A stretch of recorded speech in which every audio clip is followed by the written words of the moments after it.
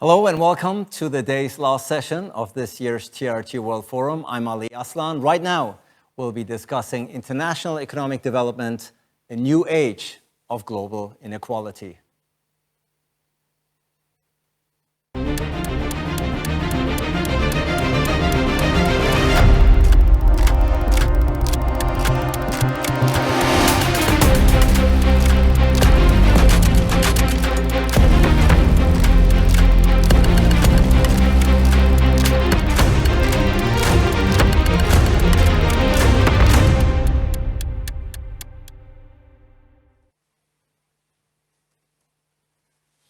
Welcome to this very pertinent, very timely, very critical session titled International Economic Development, a New Age of Global Inequality. And indeed, the pandemic, many people would argue, has exposed large inequalities both within and between countries. Some even go a step further and say the pandemic has not only exposed those inequalities, but as a matter of fact, has widened them. And so today in this session, we want to ask, what are some of the lessons learned throughout the past 12, 15, 18 months? Can we seize the pandemic to rebuild a more inclusive, sustainable, and resilient economy, an economy that works for all? And perhaps most importantly, can we rebuild better? To address and answer those very critical questions, I'm delighted to be joined by a wonderful panel. With us is Annalisa Primi.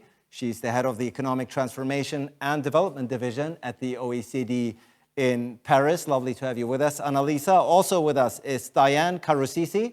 She's the Chief Executive Officer at the Bank of Kigali, the largest financial services group in Rwanda. Delighted to be joined by Amer Bukvich. He's the Acting Chief Product and Partnership Officer at the Islamic Development Bank. And last but certainly not least, pleased to be joined by Alexis Antoniadis.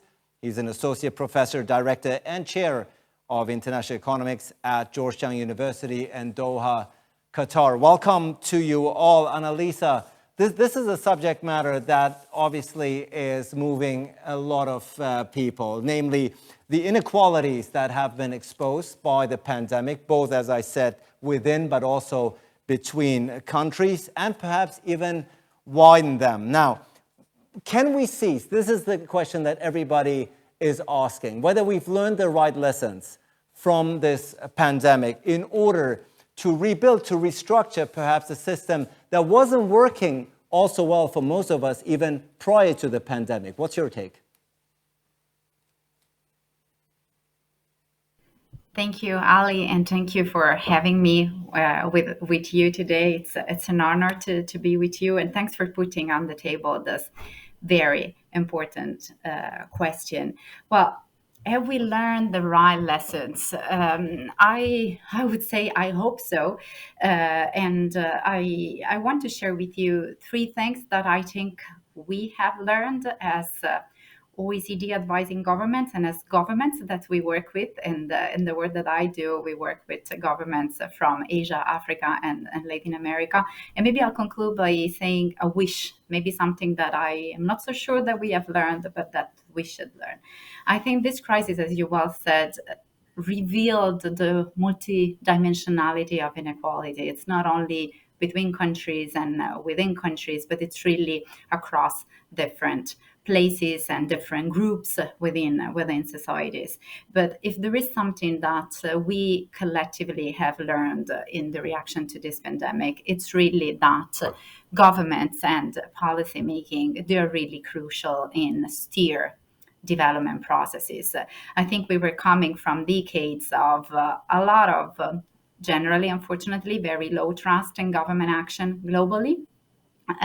And all of a sudden, we have government presence in our life in very intimate spaces, including, going out, not going out from the home, or whom you are allowed to see. So this was a lot of action from government. And I think that what we learned is that we need to value public institutions and governments. We need to value them as places where skilled people have to work, and they have to be remunerated in a way that incentivizes the excellent people to be there, because they have to do a very important job. And I think that what we learned is that we have to trust in governments, but the trust, it's not something that you say it and you get it. It's something that needs to be built. And so I think that with this, government also learned that they have to invest in their way of communicating, in their way of being accountable, in their way of being transparent. So I think that this is a very important lessons that I hope will stay and that will be important in shaping the recovery path, because a lot of investment is needed to get the global economy back on track. And of course, we will need the private sector, but this will have to be supported by public investments. The second thing that I think we learned collectively is that data is crucial, and that we do need to be able to measure economic phenomena. And maybe over the decades, we invested a lot in getting better data. In the OECD, we have our lemma, better data for better policies. But we have to invest in getting granular data and evidence. The pandemic really showed us it was difficult for many governments within the OECD and globally in Africa, Latin America, even to locate potential producers that could step in a shortage, for example, of the production of masks or generic protective equipment.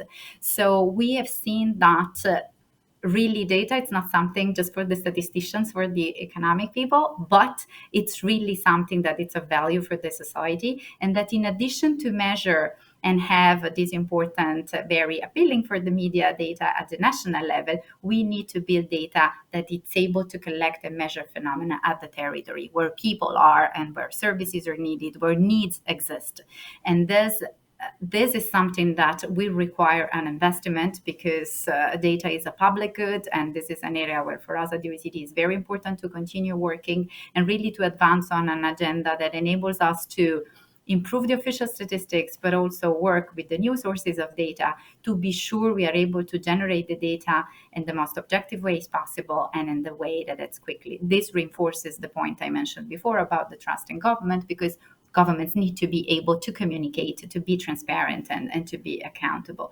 The third thing that I think we learned is that manufacturing really matters. We were coming in a world in which we were told, okay, the digital, the services, everything looks like very intangible, but actually industry and who produces what and where matters a lot. And it doesn't only matter for the entrepreneur or the firm that is actually making the production or being a market leader. It matters for the society, both because it creates jobs, but also because it produces outputs that are critical. And this, I think, it's something important to put on the agenda for policy making, because this reopens a debate on certain policies, including industrial policies, that for many, many years have been considered that, okay, this is not so important. We can just get certain incentives right, and then, the economy will work automatically. There is value in thinking about manufacturing and the firms as important players in the society. Absolutely. Now, I don't think it's a learning, but I want to share with you a wish. I think what I wish we learn, and we are in the process, unfortunately, we're not out of the crisis. I think there is a wish I would like to share, which is I wish we would learn to be better at collective action. I think this pandemic has shown that we should be better at doing that. Yeah, well, I think that's something that no one here on this panel would disagree. Collective action, international cooperation, I think is more pertinent than ever. Certainly the pandemic has shown that we're all in this together and no one is safe until we all are. Diane, you just heard Annalisa talk about the lessons learned from where she is, from the view from the OECD, data, rule of government, and of course manufacturing as well. You're of course based in Africa, which has probably experienced and East Africa at that, which has experienced the pandemic a bit differently than those of us here in Europe, for instance. What are some of the lessons, economic lessons, that you have learned and observed throughout the past year and a half?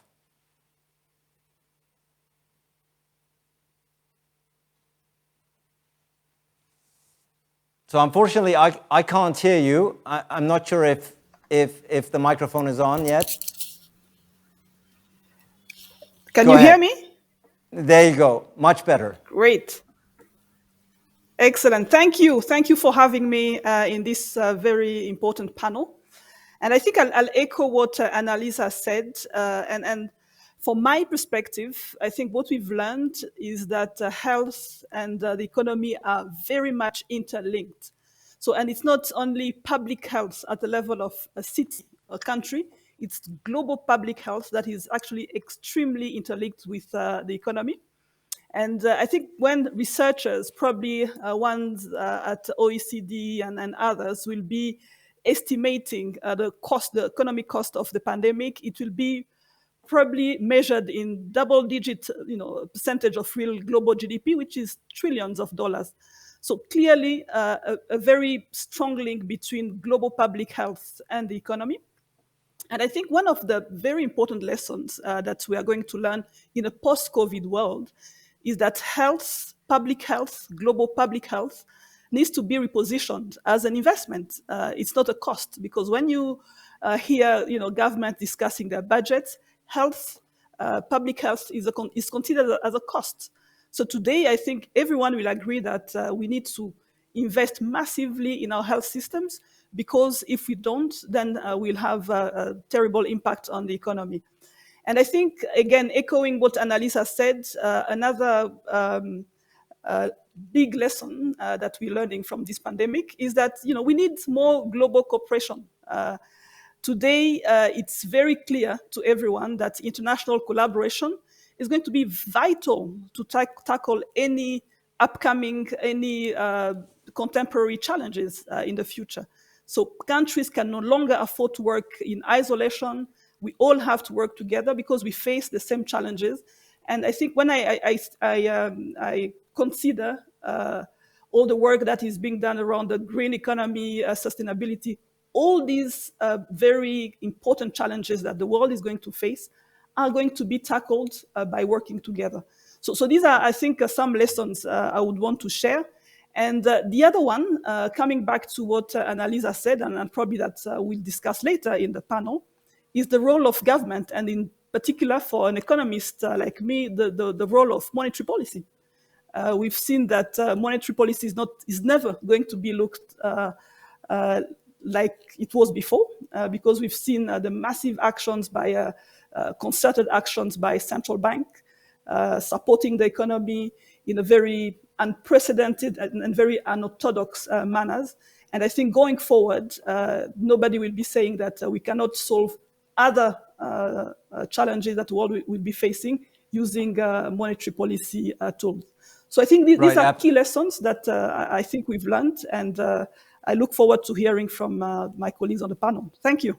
Absolutely, Diane, thank you so much. And indeed, I think no one here would disagree that the pandemic has indeed highlighted the weakness in global public health system, both within and also between countries. You also pointed out, once more echoing what Annalisa was saying, the importance of international cooperation. I'm going to come to you in just a second to talk about whether you actually saw that cooperation in place and in action when it came to distributing vaccines. I think I know the answer, but I'll come back to you in just a moment. But let me turn to Amer and Alexis here as well to round up the first discussion round that we're making on the lessons learned. Amer, much has already been said by Annalisa and Diana about the lessons learned from this pandemic, about the economic fallout of this pandemic. What would you like to add? Well, I would just like, first of all, to thank you for inviting me for a very interesting topic, the TRT Forum, the International Economic Development and New Age of Global Inequality. I think the topic at this point of time and the concerns that we are all having couldn't be better selected. The issues that we are having that I would like also to highlight, although I would first of all like to agree with Ms. Diane Karoussisi that the role of governments have dramatically changed actually with the pandemic, at least in the perception of the role that should be there. But we also had a very sporadic rise in unemployment. The International Labour Organization has projected that the global unemployment gap will reach 75 million this year.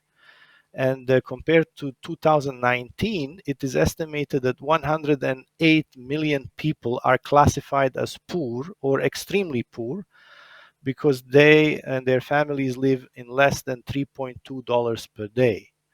Also, it's important to mention that the UN estimated that 71% of world population live in countries where inequality has grown.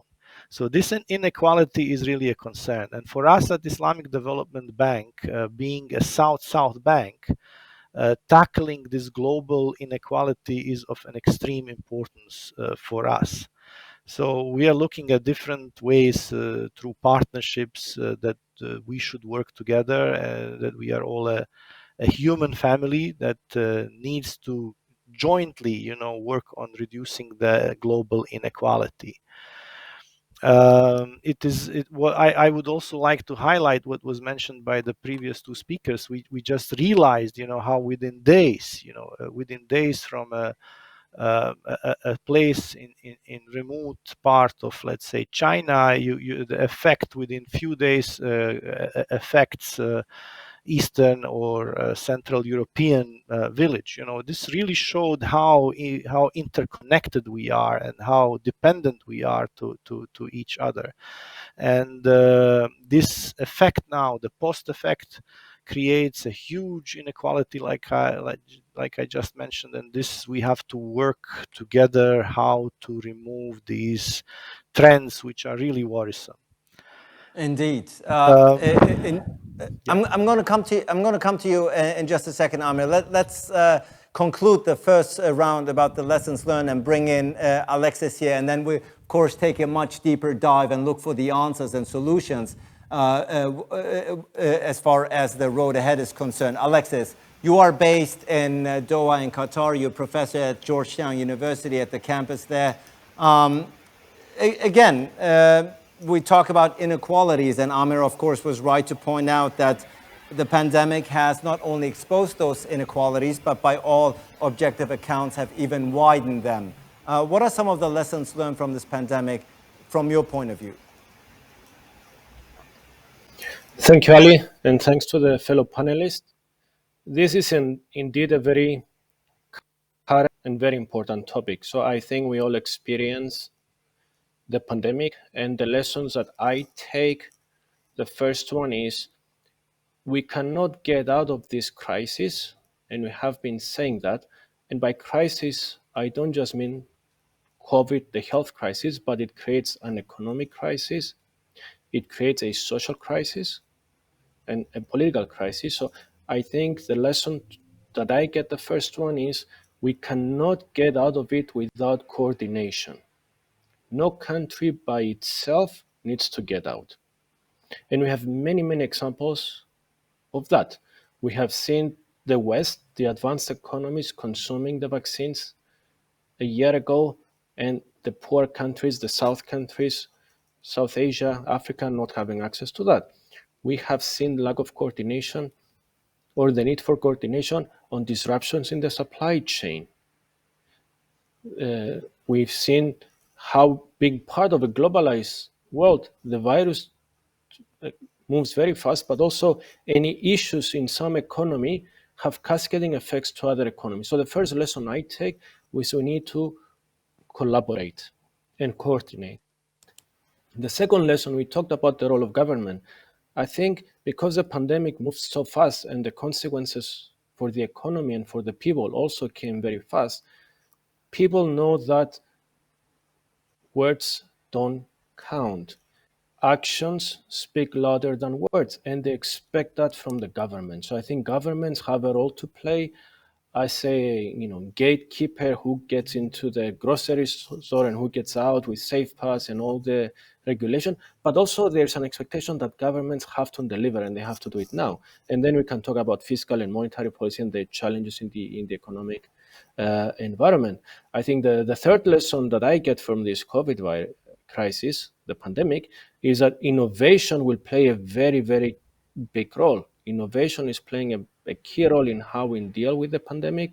and how we come out of the pandemic and this crisis.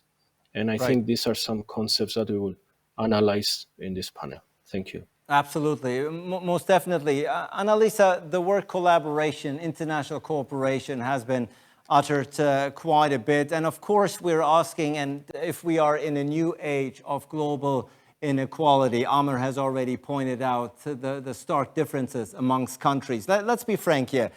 Many people, even before the pandemic, has felt the economic insecurity. While billionaires' wealth went up by some estimate by 40% throughout this pandemic. The question, of course, is not whether this is fair or not. I think we would reach a consensus fairly quickly, not just on this panel, but beyond, that this, of course, this is not fair and that this inequality is not healthy for everyone here involved. The question, of course, the billion-dollar question is how to narrow this gap. How are we narrowing this global inequality? What measures do we have to be taken? I've heard a lot of you say the role of government here is key.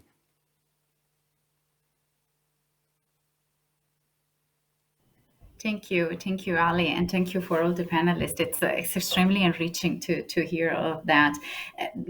I agree with you on the fact that we would reach consensus on. Of course, we want global inequalities. I would say I always urge us to talk about inequalities because inequality is really multidimensional. It's not only about the wealth inequality, it's also about the opportunities or about the capabilities and the different areas. In the work that we're doing, the word that I'm using more frequently is we need to learn how to manage the divergences because we were making a lot of progress on poverty reduction before this COVID and economic crisis. I do agree with Amr and Alexis. This is really a double crisis. On inequality, it depends. It depends on what lenses are we using. There was pretty much a high and growing spatial inequality, for example, if we look at it to the territorial lens. So this pandemic is really accelerating some trends and increasing some disparities. How to tackle the variety of problems? I think we have a multi-level agenda. We hear, and with Diane and the colleagues, we're saying there is a collective action that needs to be taken to address certain global challenges. And until we don't get a multilateral agreement on how to address certain issues, we will not be able to address the global inequality appropriately. And here we have two big issues, at least. One is the climate change and the environmental sustainability, and the other one is the healthcare, where we have seen that we really one word and that we do need to act collectively to address it. Now, on the other areas, we also have an agenda that I think it's national, and it is like endowing and enabling national governments to really see what kind of policies can be put in place. I think Amr mentioned rightly the issue of unemployment. I think jobs and the capacity to create jobs, which type of jobs are we going to create, how they're going to be remunerated, what the future of work. I think a lot of the big actions that we will be able to take in that aspect will be a major source of response to the growing inequalities. This is also an agenda that we really should rise in terms of the priorities. And then there is a question about the managing the new technologies and the digital technologies in a way that they could address the disparities and the opportunities. And this brings us to some very basic inequality agenda that I don't see any reason for delaying not to address them, like putting strong investment in bridging the digital infrastructure gap with between developing countries and advanced countries. There is a very long list of actions, and I know it's always difficult to prioritize, but in this phase, we really need to act on all fronts. We have to get the basics done. We cannot have Africa with a broadband speed that it's 8 times less than a country in the OECD, and then ask the firms and the people to work globally and live online. You know, those disparities are dragging back. And then we have the more complex agenda on getting everybody around the table to address the big issues. And Indeed, you said, yes, you said it yourself. I mean, the list of things to be worked through and ticked off in order to achieve real equity is quite long, and the prioritization of these issues is, of course, can differ from country to country. Diane, I just want to touch upon this one point that each of you has made, namely about the need for international cooperation, something I think no one would dispute. But let's look at the reality on the ground. Alexis said, words, actions speak much louder than words. And, some would argue actually the international cooperation during this pandemic has been sorely missing. Quite on the contrary, a lot of countries closed their borders.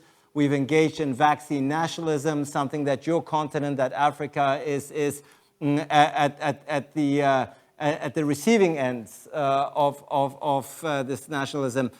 Now, we can talk about cooperation and collaboration all day long, but do you actually, from where you're sitting in Rwanda, in East Africa, are you seeing that kind of international cooperation that everybody is paying lip service to? Thank you for that question.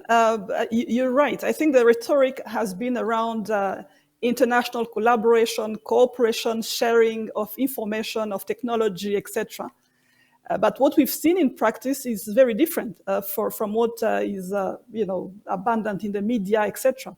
So we've seen, as you said, vaccine nationalism. We've seen people closing their borders, refusing to export vaccines or life-saving equipment. So we've seen all that, which is completely different from the rhetoric. So what we are saying is, you can preach, but please practice what you preach. And when we consider the post-COVID world and all the challenges that the world is going to face in the coming years, including climate change and the like, all these are global challenges that need international cooperation. We believe we need international cooperation, and it's actually not very difficult because we have the tools that we've been using for centuries in our economies. And one tool is taxation. For us, at Bank of Kigali, we are the largest bank in the country. We are probably one of the most profitable companies, but we are also the largest taxpayer. And what I find very fair, because we have to finance infrastructure, investment in education and health. All these things we believe are investments that we have to finance because it's good for me as a bank CEO. And I believe now we are seeing some, again, rhetoric in the right direction. When we talk, we see a discussion around a global minimum tax for large corporations, because it's not normal to see these large corporations being taxed close to zero when, blue collars workers, when SMEs, small organizations have a much, much higher tax rate. This is not fair. And I believe everyone needs to play his or her fair share in the game. I think starting within countries and also globally, because we are a global world, we are interconnected. We need to agree on how to tax large corporations, how to invest in public health, how to invest in the youth. For Africa, this is absolutely critical because we are the youngest continent and we need to invest in human capital. And this has to be done by someone. So I think going forward, we've seen the failures, the massive failures during the pandemic, but we need now to see action. Post-pandemic, post-COVID-19, we need to see fair taxation. We need to see a revival of investments in social states in the global north. But we also need to see something like a Marshall Plan for the global south, because these inequalities are going to become big political problems for us if we don't act now. Thank you. Yeah, absolutely. And let me pick up on that, Amer and Alexis. Diane says very correctly, we need to see actions. The times for words are over now in the post-pandemic era that we are in or like to be in. Certainly, we need to be very concrete. And she's complaining about people and companies not paying their fair share of taxes. Of course, the OECD just announced a breakthrough, a global tax deal with almost 140 countries, forcing the world's biggest companies to pay their fair share of taxes. The global corporate tax rate will rise by 15%. It's going to be mandatory, 15% by the year 2023. Do you think, Amer and Alexis, starting with Amer, do you think that's a very concrete example of a decision, of a breakthrough that could not have been possible without the pandemic? Well, I think that that, among others, always in these kind of big events or big crises, it always opens up a door of a big new ideas or new approaches that can be opened up. This is like a doctrine of shock that is affecting everyone, and I do agree on that. But let's just go one step further. Is like when we do collect taxes, I mean, the first and foremost challenge would be to address the vaccine divide that has emerged. This is the term used by the ISDB president in the recent annual meeting in Tashkent in Uzbekistan. This is actually, the vaccine divide is something which is really affecting us all. That means that to kick-start economic activities, to open up to get back to work, to open up airports, to open up businesses, to strengthen the capacities, we would have to look at the activities related to the vaccinations. And only 47.4% of the global population have received at least one dose of the vaccine, with 6.6 billion doses administered globally. Countries like weak economies have only 2.7% in these low-income countries have received one dose of vaccine, while 65 to 95% of population in US, Germany, UK, France, Canada, Singapore have been vaccinated. And in countries like Bangladesh, Egypt, Nigeria, Kenya, and Ethiopia, less than 25% have been vaccinated. So it is really expected that this divide would go in those directions. The kickstart of the economy would start again in these countries, which are mostly not in the South. And again, repeating, being a South-South institution, we are very much concerned with this aspect of lagging behind. If I may jump in, and it probably makes a mockery of the line that's been uttered throughout the past 18 months, no one's safe until we're all safe. Yes, exactly. And we will come back to square one of the interdependence of our world. But then again, in this interconnected world, just one part of it is managing better than other parts. So even we really have to be very creative at this point of time. How do we get the jobs back? How do we kickstart the economy? I think even I really like the comment of Diane on the role of the governments, but really the governments now should play a very major role.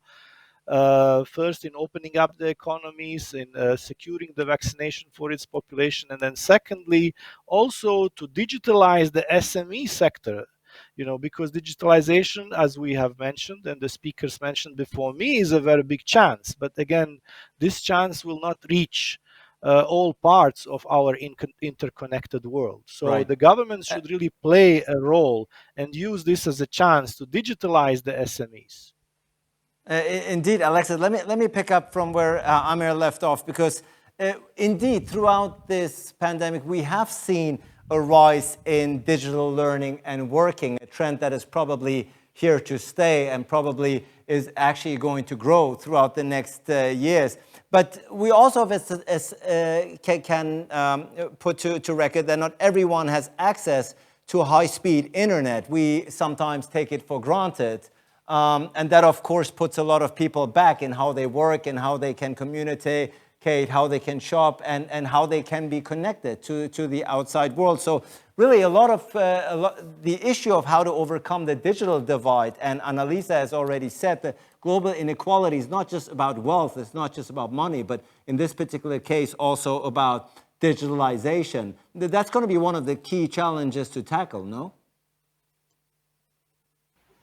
Absolutely, absolutely. We are moving to a digital world, and whoever stays behind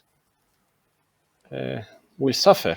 And when we talk about inequality, and we see inequality growing, and as you said, Ali, if you take the wealth, the top 1%, that wealth over the last year grew by a tremendous amount. If you take the lowest 90% and you see how much their wealth has grown, it grew by only 18% of the growth of the wealth of the 1%. So we have inequality, and having access to internet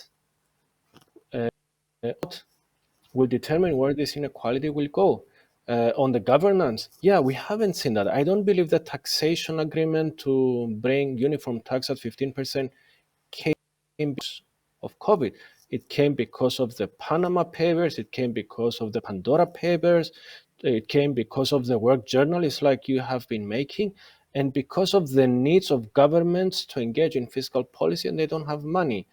They have ballooning healthcare costs. They have ballooning social security costs in the coming years. So I think that is what driving that type of collaboration and coordination. But have we seen that in the response to the pandemic? I don't think so. I haven't seen enough. Now, when we think about Africa, when we think about South Asia, you find amazing success stories of technology payments. Africa, some of them, South Asian countries, are more advanced in payments than Qatar, one of the richest economies, than many of the European countries. So we have stories there. The question is, how do we take those and scale, bring investment? And I think governance will play a very key role. We see inflation picking up, and that will stay with us. I disagree with the view that this will be it. And the reason for that is because if you, and I talk to many countries, and you talk to companies, the biggest complaint they have right now, they cannot find staff. They need to offer higher salaries. On the wage inflation, because you need to offer salaries that if food prices go up because of a supply bottleneck, maybe they will come down. But anyway, the point is that developing countries are rich in natural resources, and right, commodity prices are going up. So we can minimize inequality if we correctly exploit the natural resources of developing countries, but that will need good governance, transparency, and coordination that we haven't seen. Annalisa, Alexis is saying the historic global tax deal announced by the OECD with 140 countries finally joining and forcing, if you will, for lack of a better term, the big companies, the biggest companies in the world to pay their fair share of tax. He says that that's not a direct result of the pandemic. Probably it's more about exposure by journalists, about tax deal, tax havens that have infuriated so many. But still the question is, do you think the pandemic has given it the last push for some doubting countries to come on board? Because this is, by all accounts, a historic agreement. It is definitely an historic agreement, and it has been the result of a very long-term work. This is not something I oversee in the department where I am, but as we follow in the OECD what our colleagues do, this is really the result of a long-term work in the base erosion and profit shifting, what it was called BEPS. And it was a long work of creating consensus and getting countries on board. And I think it was really, as you're saying, a major break. I tend to agree with Alexis, as not just because of the pandemic, but I also agree with you, Ali, that the digitalization, remember, this is that's major, because behind of it there is discussion of the digitalization of the economy is basically kind of challenging the relationship between production and taxation. So the value chain organization of production had created this challenge where it's basically difficult to attach where production is made and where taxation happens.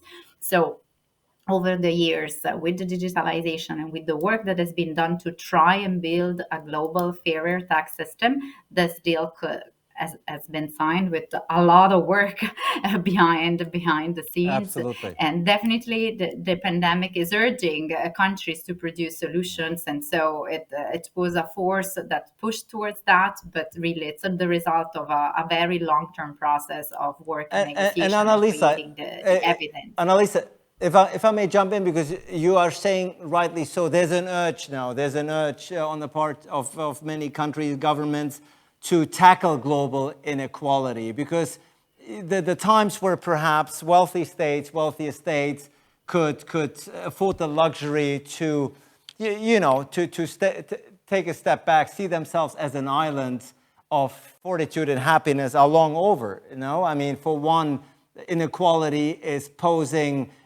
the fuel for populism. Also within governments, also in Europe, we've seen a rise in Europe. We've seen a politician like Donald Trump, a businessman, come to power by the fury, by the anger of global economic inequality.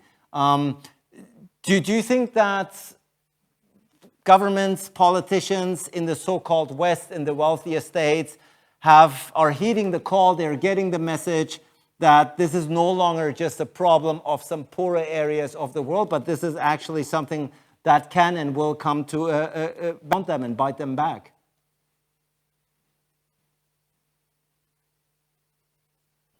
That's an excellent question. Well, this is what we've been saying with this whole panel. I think that no one can disagree that we are extremely interconnected and that we have to take this very seriously, and the governments in the West should consider their responsibilities. And I think there are discussions about that. On this, I want to pick on what Diane mentioned about, Diane, you phrased it about the Marshall Plan for the South, and we will call it the need for the new deals for development. This answers the question of Ali. I think what we are doing from the OECD is really building this conscience that we need to discuss of what is going to be the new deal for development, because definitely we are in an era where we have all less resources, problems are bigger, and the consequences of problems that are very localized can be global. So we have the ethical point of view that we don't want to live in an unequal world, and I think ethics is important, shared values matter, but there is also the very practical side that we need to address it to get the global economy running. I'll give you one figure. Of the whole resources that have been spent in recovery packages to support the economy and the society go through the crisis, 85% of this has been spent by OECD countries, and around 7 or 8% by China.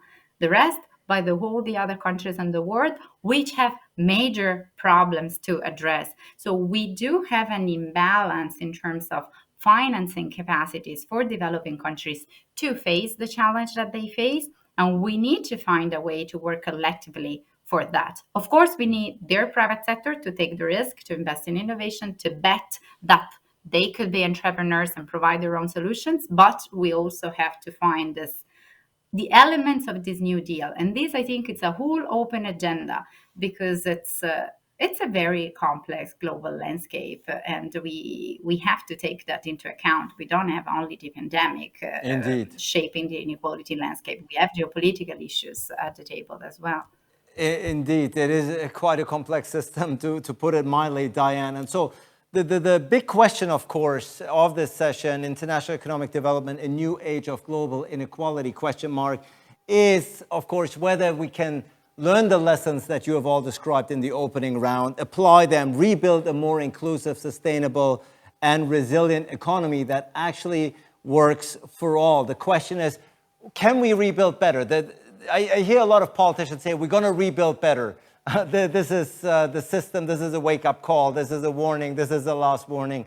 We're going to rebuild better. But isn't the inherent problem is that politicians are thinking from election cycle to election cycle? I mean, the problems that you've all correctly mentioned, they're going to take years, if not decades, to work out and be implemented. But there are politicians who need to be and want to be re-elected. There's a bit of a dilemma here, no? Absolutely. I agree with you entirely. I think the pandemic provides a small window of opportunity for all of us, and in particular our politicians and our leaders, global leaders, to rethink, how we want to drive the world we want to see in the future, that we want our children to inherit in 20, 50 years. So this opportunity, if not taken quickly, will be missed because, this is the human mind. In 5 years, maybe we'll have forgotten about the pandemic. So you're right. We have, on the one hand, the rhetoric by politicians. Everyone agrees that all the future challenges, we can talk about insecurity and terrorism. We can talk about climate change. We can talk about this very one, the pandemic that is not yet behind us. We can talk about inequality, which is a very critical economic problem. So all these challenges need to be tackled by policy reforms at a global level, but also at national levels. Now, I agree with you. There is a rhetoric, and everyone tends to agree on panels. Everyone will be extremely sophisticated in how we agree that these are problems that can only be solved by international cooperation. But in practice, things are different. So I believe now it's a time, in particular in a continent like ours, where 60% of the population is below 25 years of age. I think now it's really the time of young people to take their responsibilities and say, look, we've seen this rhetoric for years, but not only in Africa, I think globally. We've seen these things being discussed in panels, in media, but now we actually need to take action because it's really about the future of our planet, the future of our children. So I think it's about time that people take their responsibilities. Thank you. It is about time, Diane. I couldn't agree more. And Amer, taking action, tackling all these issues that Diane has rightly pointed out. Of course, at the end of the day, we can beat around the bush here for long, but it takes leadership, right? It takes political leadership. Are you seeing political leadership right now? Well, I would like just to come back to your previous question, by being myself a banker, like Diane, I used to run a bank as a CEO in my previous life for 15 years. I used to estimate people, or we did the risk analysis based on, and we saw certain trends. And I can say now that the successful individuals and the unsuccessful individuals, successful corporations and unsuccessful corporations, and now we can also add to this successful governments and unsuccessful governments, they all are differing in one basic point, which is their level of planning. If you make short-term planning, you will basically have a very short-term results, which would end up in disaster. But if you have a long-term planning, then you as individual, as a corporation, or as a country, as a government, would definitely make moves that would enhance your capacities on long run. So long-term planning is the key for leadership now to emerge. And what we see is that the shock and the crisis in which we entered at the moment is an enormous opportunity. It will be a new setup. But we need a lot of creativity on a level of, again, individuals, corporations, and governments. We need creativity. The solution is not only taxes.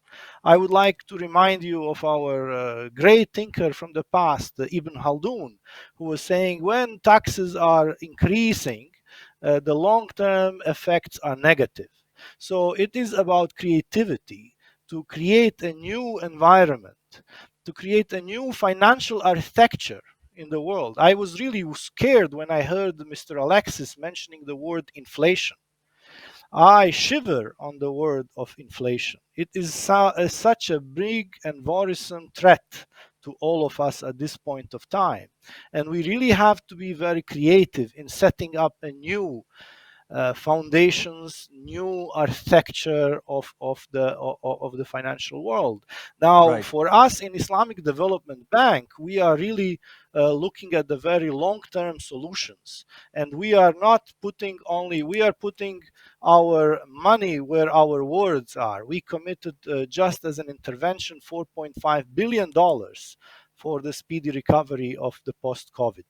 And we are planning to commit even further to help our 57 member countries of Islamic Development Bank.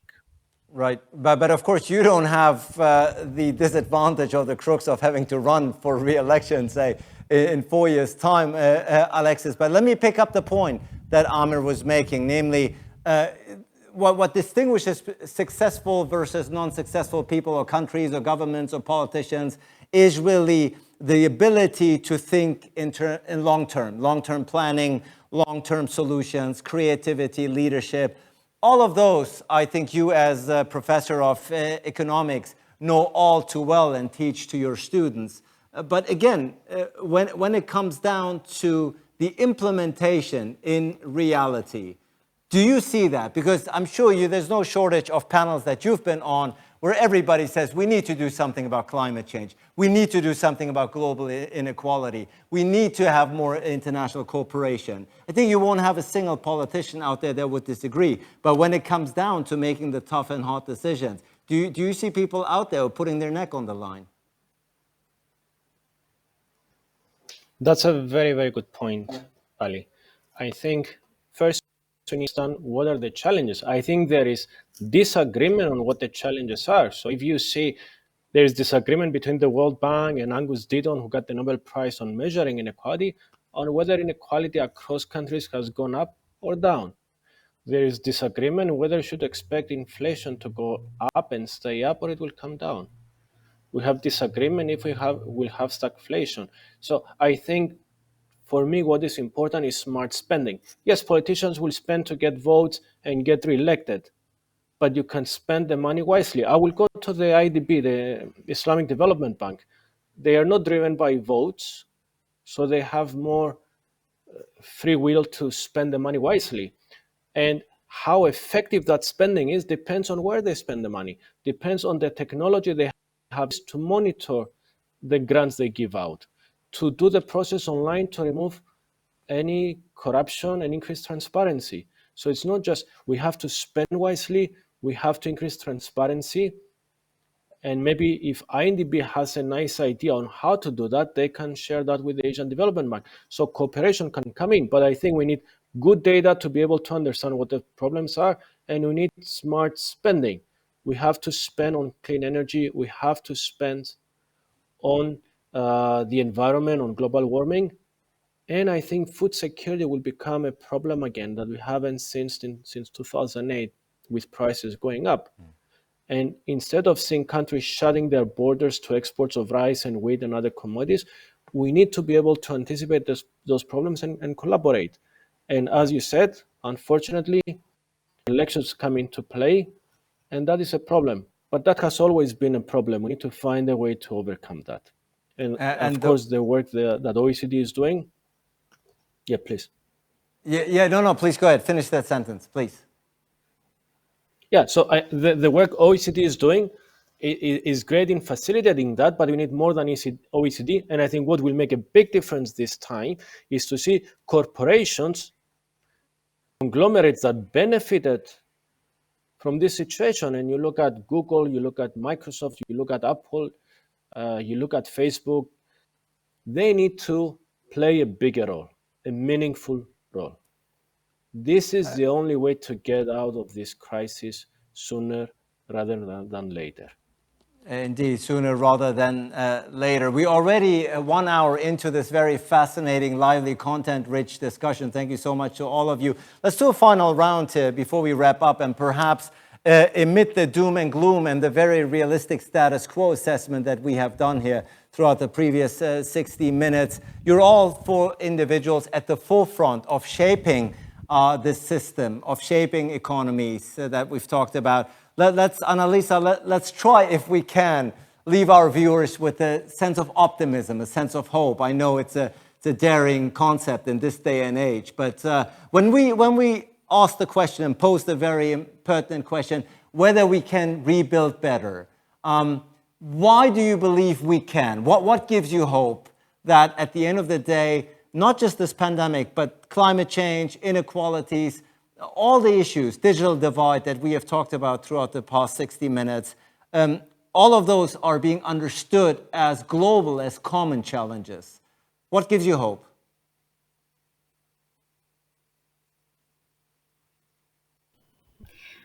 It's a fantastic question. What gives me hope is the work that we do every day and seeing a lot of governments and societies worldwide committed to get this better. I can tell you we started a lot of discussions talking about resilience and bouncing back. And finally, we're saying, well, actually, we don't really need to bounce back. What we want, and this you hear it from across countries or across groups of stakeholders that you talk to, I think we learned and we can aim for changing what exists. The pandemic has been a crash course also. We have been able to go through this. There have been a lot of losses, and it's impossible to talk of an opportunity into something that has costed a lot of human lives and a lot of personal sacrifices. But it is true that collectively as the world, we haven't been so good at coordinating, but we learned we need to coordinate. And in some areas, like the tax deal we discussed now, we show that this is possible. And when this is possible is first when we recognize that there is a problem. Even your forum and how you're moderating this gives me hope, because we are saying there is a problem. And the first way to fix something is to recognize that this is not okay and that we can do it better. The other reason that gives me hope is history. The world and the humanity has been extremely resilient over decades and centuries in terms of being able to transform. And actually, we have some things that we know that can work. We need governments and firms and societies to be able to anticipate new things. We need to be able to learn, and we know that this is possible. The last thing that I want to say that gives me hope is when I work with governments, and now I'm doing a lot of projects, for example, with Africa.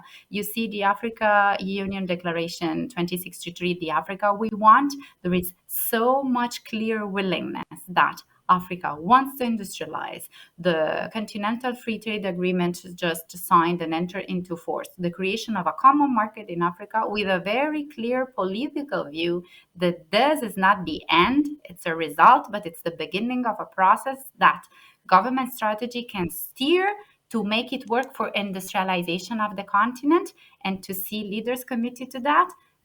This gives me hope, and I could continue with examples of this across the world. So I think that of course it's possible to tackle it. What we will get out of this crisis is what we collectively will be able to achieve together. So the fact that people are willing to come to the tables and discuss, I think it's a very promising step. Then it's a steep way ahead, but we have been doing this in the past, and we can definitely do it now with more technology and more capacity to show that an unequal impact is not good for anybody.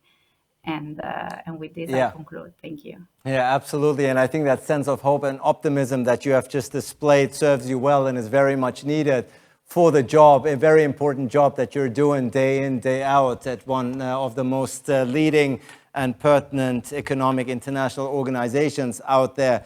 Diane, Annalisa has said the work with Africa and my view on Africa gives me hope. And indeed, it is a continent, of course, you mentioned the young population that your own country has. It's a very vibrant continent. It's soon to be one of the most populous places on earth, filled with spirit and entrepreneurship. Sitting where you're sitting in Rwanda, in East Africa, what gives you hope? I know African countries have been quite dismayed by the fact how Western nations have handled this pandemic, vaccine nationalism, we've already pointed this out. But what gives you hope nonetheless? What's your sense of optimism moving forward when it comes to bridging this global inequality that we've been discussing throughout the past hour? Thank you. Great question.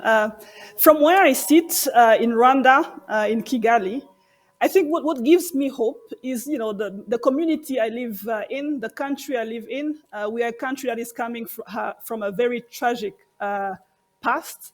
But when you look at the growth and the transformation that has happened here in the past 2 decades, I think this gives hope. I think as a country, we've managed to pull off, what we call a hat trick of rapid growth, poverty reduction, but also reduced inequality, which I believe is quite unprecedented, especially for a small country without very many natural resources, with a tragic past, as I've said. And I think what we've managed to do is just because of very, very basic and simple things. We are reaping the dividends of good governance. It is as simple as that. Based on very few pillars, security and safety. We believe security is the first form of freedom. Heavy investing in human and social development, health, education, basic infrastructure, and now we are seeing access to internet as a basic infrastructure. People need access to internet for just access to any service. And the other thing is the pillar of governance in Rwanda is transparency and accountability. And these are the very few things, very soft things that don't cost a lot of money that have been able to transform our country. I think when I see this, I believe there's hope for a country like ours. I believe there's hope for many other countries on the continent that things can change if you just have the right governance. Another thing that I would say is giving me hope is sort of the comeback of multilateralism, because we've seen in the past a lot of nationalism in the US, in Europe. But with the pandemic, we've seen, the power of World Health Organization, the power of organizations like the one Annalisa works in, OECD. The African Union has had a very strong voice and is at the table when important decisions are made. I think, this comeback is going to be very good, because these are the forums where these very important challenges for the planet are being discussed. And I'm hoping that the narrative and the rhetoric is going to be followed by action. Thank you.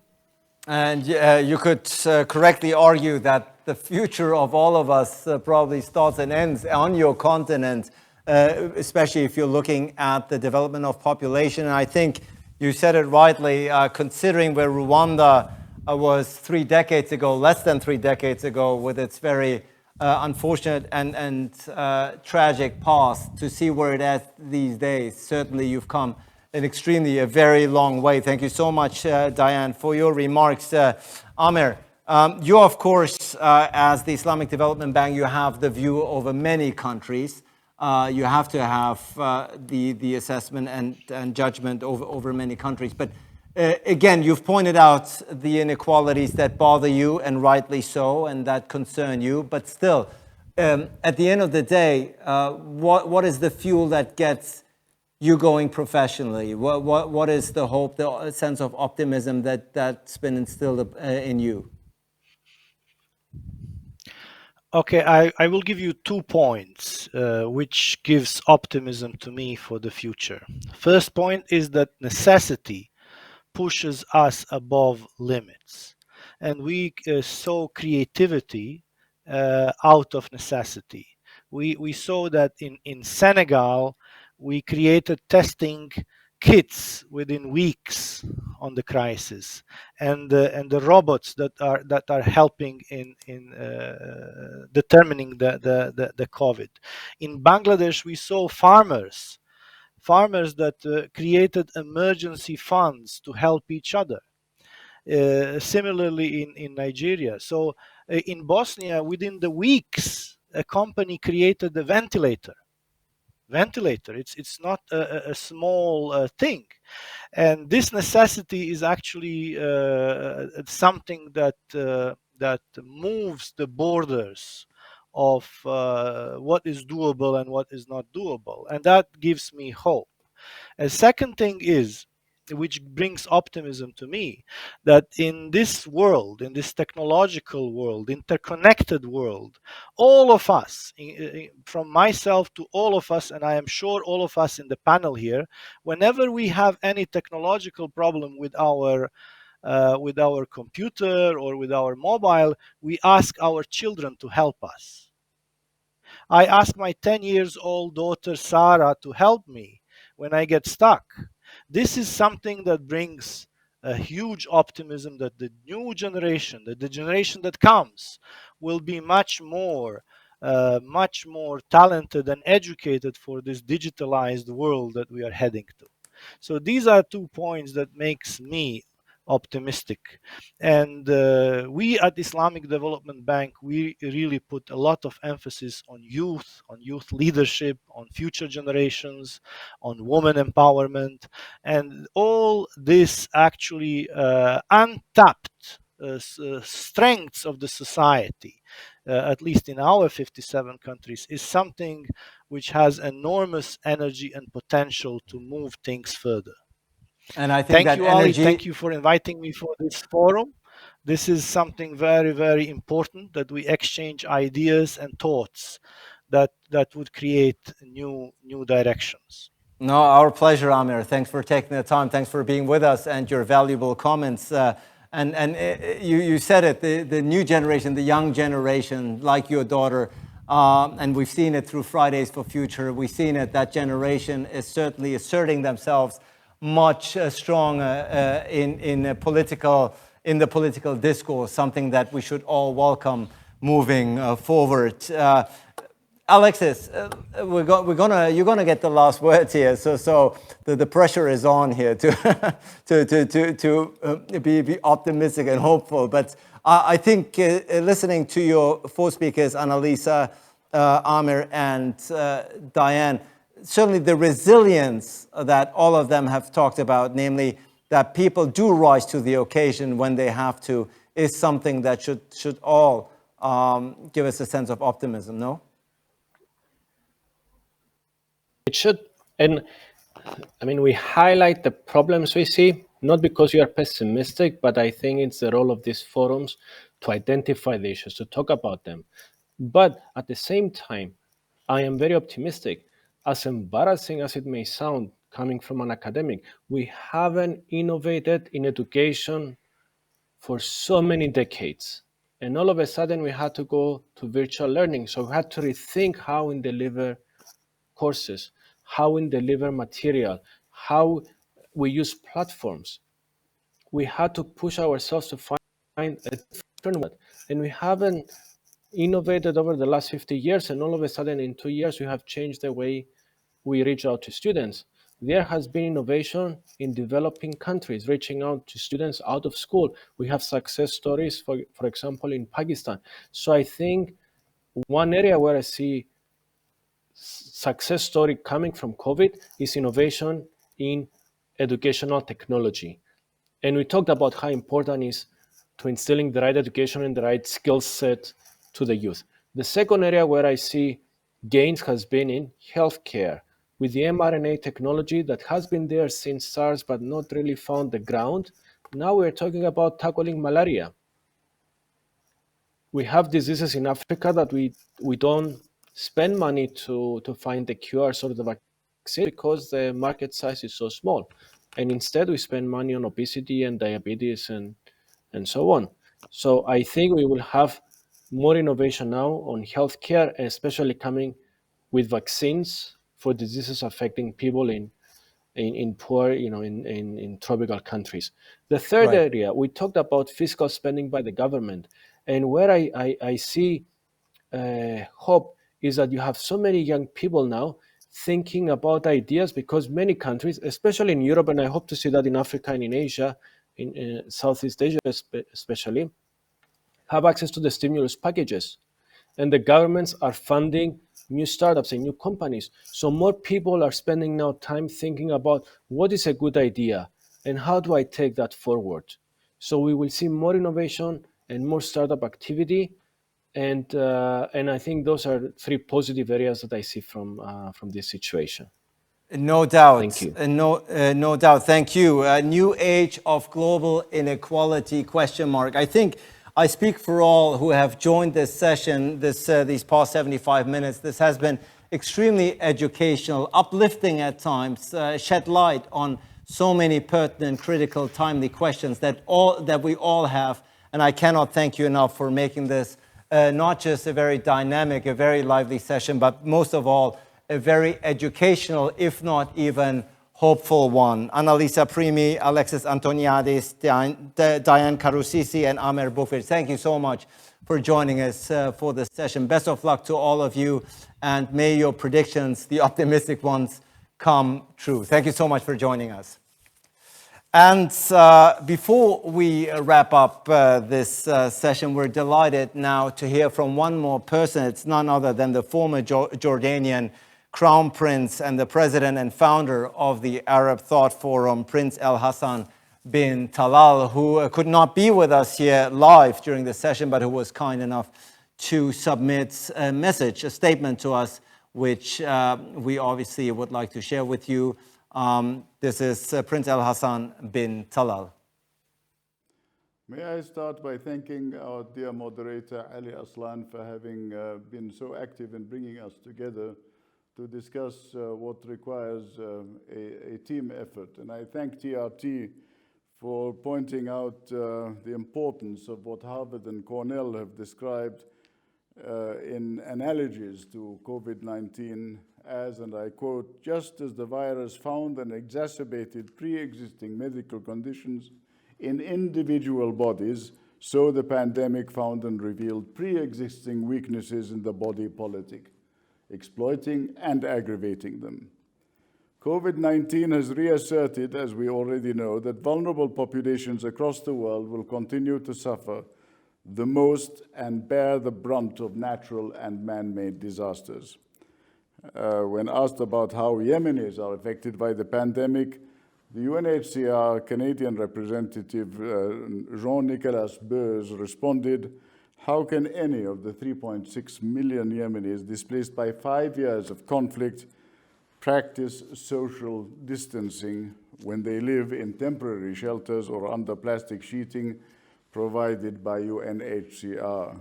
How can 80% of Yemenis who rely on external aid for their daily survival stay home when their daily wages are barely sufficient to ensure buying food for their children?"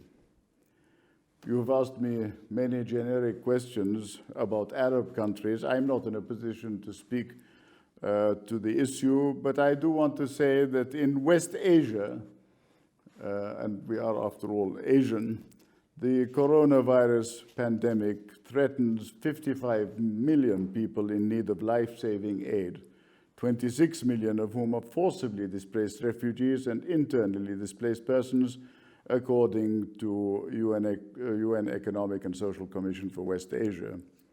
This disregard for the suffering of the poor and most vulnerable reveals the international community's acceptance of a doctrine of dispensability. Can you imagine? Dispensability. As I underscore in 40 years ago, 30 years ago, in that study, Winning the Human Race, winning against time, that was, and this was in the 1980s. The doctrine of dispensability is unmistakably apparent in the inequality of vaccine access, instruments outlined by the World Health Organization to ensure fair access to and equitable allocation of COVID-19 health products, including the COVAX facility, remain lacking. I was asked the other day by the Council of Migrants and Refugees to open the conference on vaccine nationalism. I prefer to talk of vaccine equity, but I want to make it clear to all of you that the issue is not the vaccines which are scarce, but rather that the vaccines have been made scarce. Wealthy countries are predicted to have hoarded more than 1 billion COVID-19 vaccine doses available by the end of the year that are not designated as donations to low-income nations.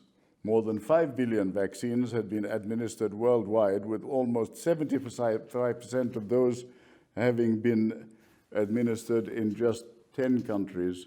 Vaccination coverage in Africa is at 2%. The line between natural and man-made disasters is increasingly blurred, and our world is witnessing a foreseeable disaster, an epidemic, and is evolving this foreseeable disaster into a deliberate disaster in which vaccine nationalism, as I mentioned, greed is causing the suffering of the most vulnerable. From what we've seen, the pandemic represents what Turkish-American economist Daron Acemoglu would call a critical juncture, meaning it is disrupting the existing balance in economic and political systems and can possibly bring about institutional change in the long term. A pandemic could have spurred global cooperation, however, it did not. It did not even spur regional cooperation. From Suez to east of Iran, through Afghanistan to Pakistan and India, we are a Schwerpunkt, a critical point, and at a critical time.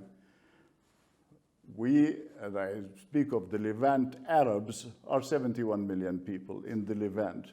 If we were to add the populations of Turkey and Iran, we would be 281 million people.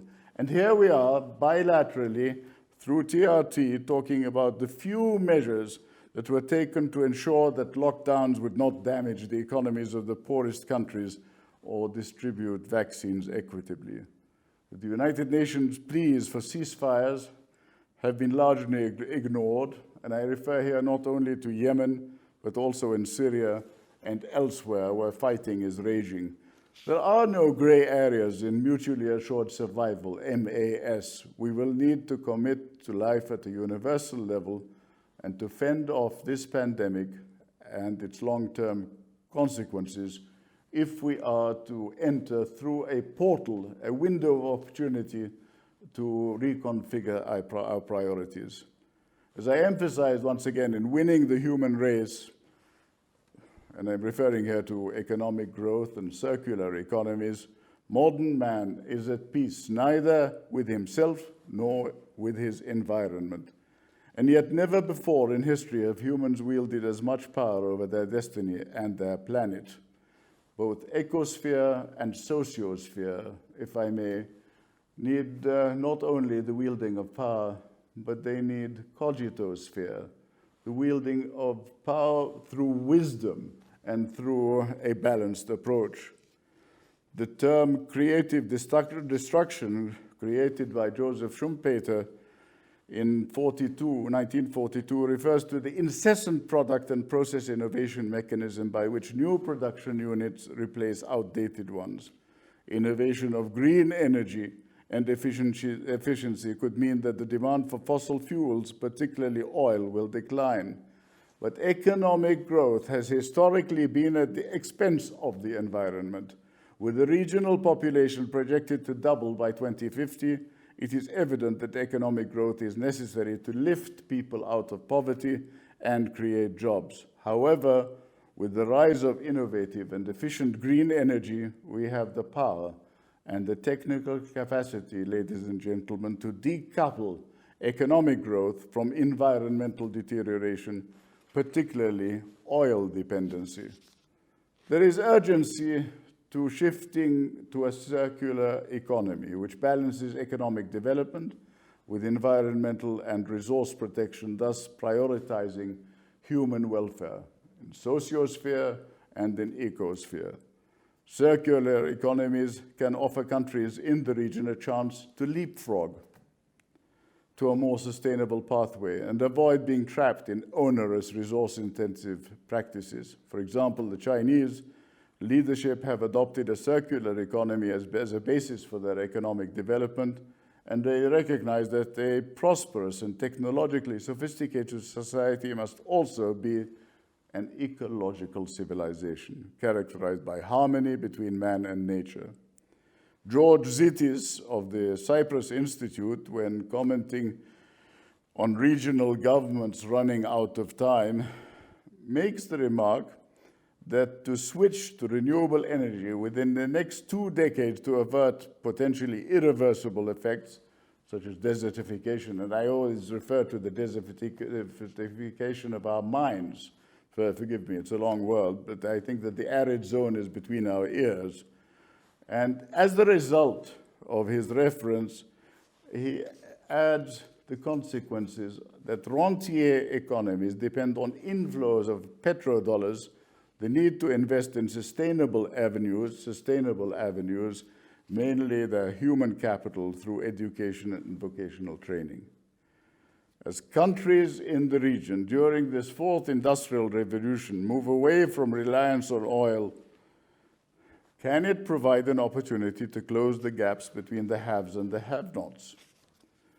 This revolution has the potential to improve the quality of life, but as we look at Davos, which I have not attended in many years, maybe a question of preference in my mind for a more socially friendly forum.